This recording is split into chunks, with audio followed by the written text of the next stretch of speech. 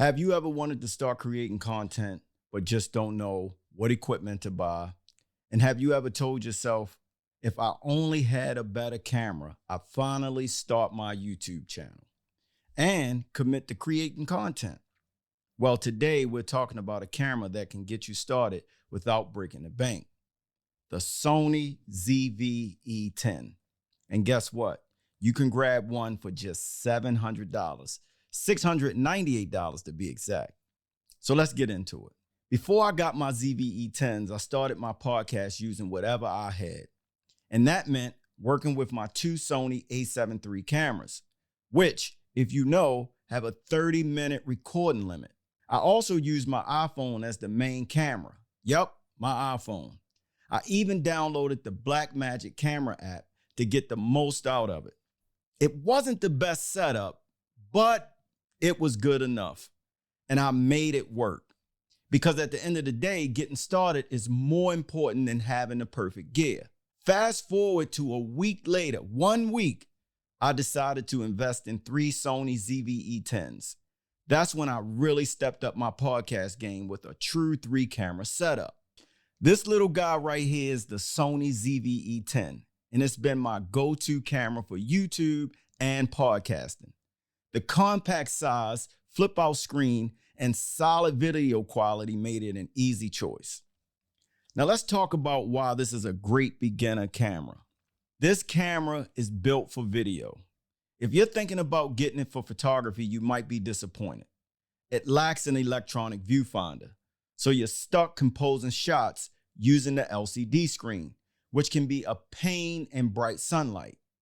And while the 24 megapixel sensor is decent, the rolling shutter can be pretty noticeable in fast-moving scenes. If photography is your main thing, you might want to look elsewhere.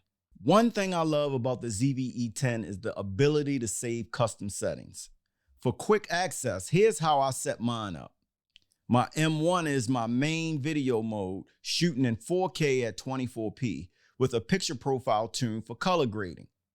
This way I can switch between shooting styles in seconds without diving into the menu. So if you plan on shooting different types of content or setting up custom modes, this will save you time and keep your workflow smooth. When I first started my podcast, I wanted a multi-camera setup without spending thousands.